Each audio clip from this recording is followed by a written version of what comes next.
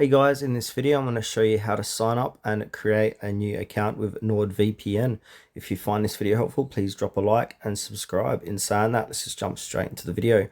Alright, so if you haven't done so already, go ahead and download NordVPN from your Play or App Store. So just go to search, type in NordVPN in the search bar, and then we want to download the one that's got over 50 million downloads. So this NordVPN private and secure, it's got over 800,000 reviews as well. So yeah, 50 million downloads, that's the correct one. So from here, go ahead and click on install, download, and then once that has finished, click on open. And now what you need to do is to sign up. So we need to sign up to create a new account. So click on sign up. Now this will bring you up to the sign up page here.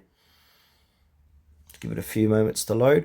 All right, so Nord account, create an account. So you can either sign up with your Google account or sign up with Apple, or if you've got an email address, you can put in your email address and click continue. But for this demonstration, I'm going to sign up with my Gmail. So I'm going to click on Google. And then I'm going to choose my email address here, tutorial is. Now what this is going to do, this is going to sign you up and sign you in at the same time. So just give that a few moments to do its thing. And once that is done, go ahead and click on try it for $0. And then after 7 days, let's go and see what it says here. So how it works. So you get a 7-day free trial. So you can start exploring, enjoy all features of your selected plan for free. You've got on day 5, you'll get a reminder email. So you receive a reminder email about your free trial ending soon. And then on the day 7, the free trial ends. So you pay for the first year of your selected plan if you haven't cancelled your subscription before this day.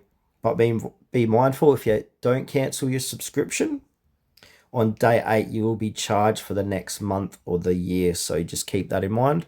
So if you're happy with all that, go ahead and click on try for $0 and then choose a plan.